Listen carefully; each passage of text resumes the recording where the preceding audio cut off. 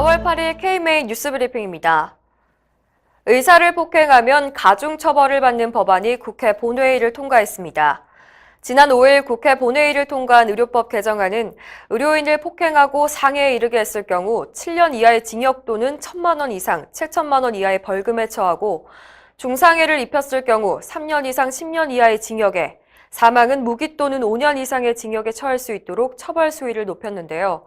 음주로 인한 심신미약을 이유로 처벌을 줄여주는 주치 감경을 배제하는 것도 포함하고 있습니다. 대한의사협회는 진료 중인 의료인에 대한 폭행의 심각성을 인식하고 처벌을 강화하는 법 개정이 이뤄진 것에 대해서 환영한다고 평가했는데요. 다만 의료계가 지속적으로 요구한 반의사 불벌 규정 삭제가 불발된 것은 매우 아쉬운 일이라고 밝혔습니다.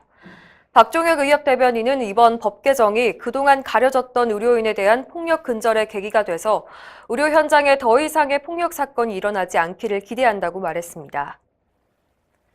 강원도 산불 피해 주민들을 향한 도움의 손길이 이어지고 있는데요. 대한의사협회는 산불 피해 주민들을 위해 긴급 의료 지원을 결정했습니다. 의협은 지난 6일 열린 이사회에서 긴급 토의 안건으로 강원도 산불 피해 지역 의료 지원과 성금 전달 안건을 상정하고 강원도 의사회와 속초시 의사회와 협력해서 이재민들이 머물고 있는 임시 대피소에 의료진을 파견하기로 의견을 모았습니다. 최대집 의협회장은 강원도 의사회와 속초시 의사회와 협의해서 피해 이재민들의 건강을 보살필 수 있도록 긴급 의료 지원에 나서겠다고 밝혔습니다. 정부가 오는 6월부터 실시할 예정인 커뮤니티 케어가 의료 현장의 목소리를 제대로 반영하지 못하고 있다는 우려가 나오고 있습니다. 대한의사협회는 지난 7일 커뮤니티 케어 관련 내부 토론회를 개최했는데요.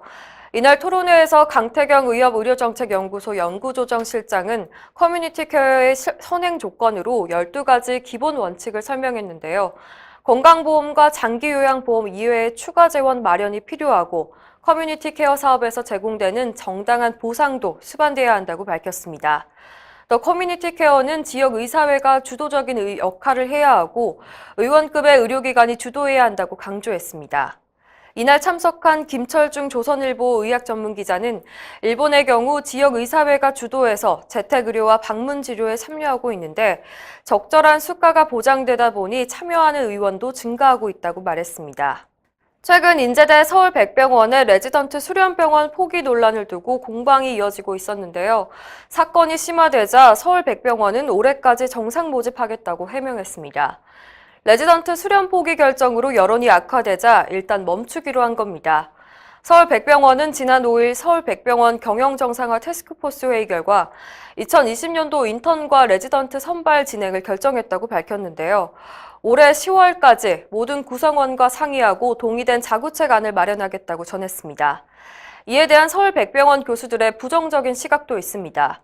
청영 의사에 따르면 한 교수는 인턴들이 복귀하면서 일상을 회복한 것처럼 보이지만 구성원들 사이에서는 2020년에 레지던트를 뽑으면 2021년에는 어떻게 되냐라는 얘기가 벌써 나온다면서 이는 미봉책에 불과하다고 지적했습니다.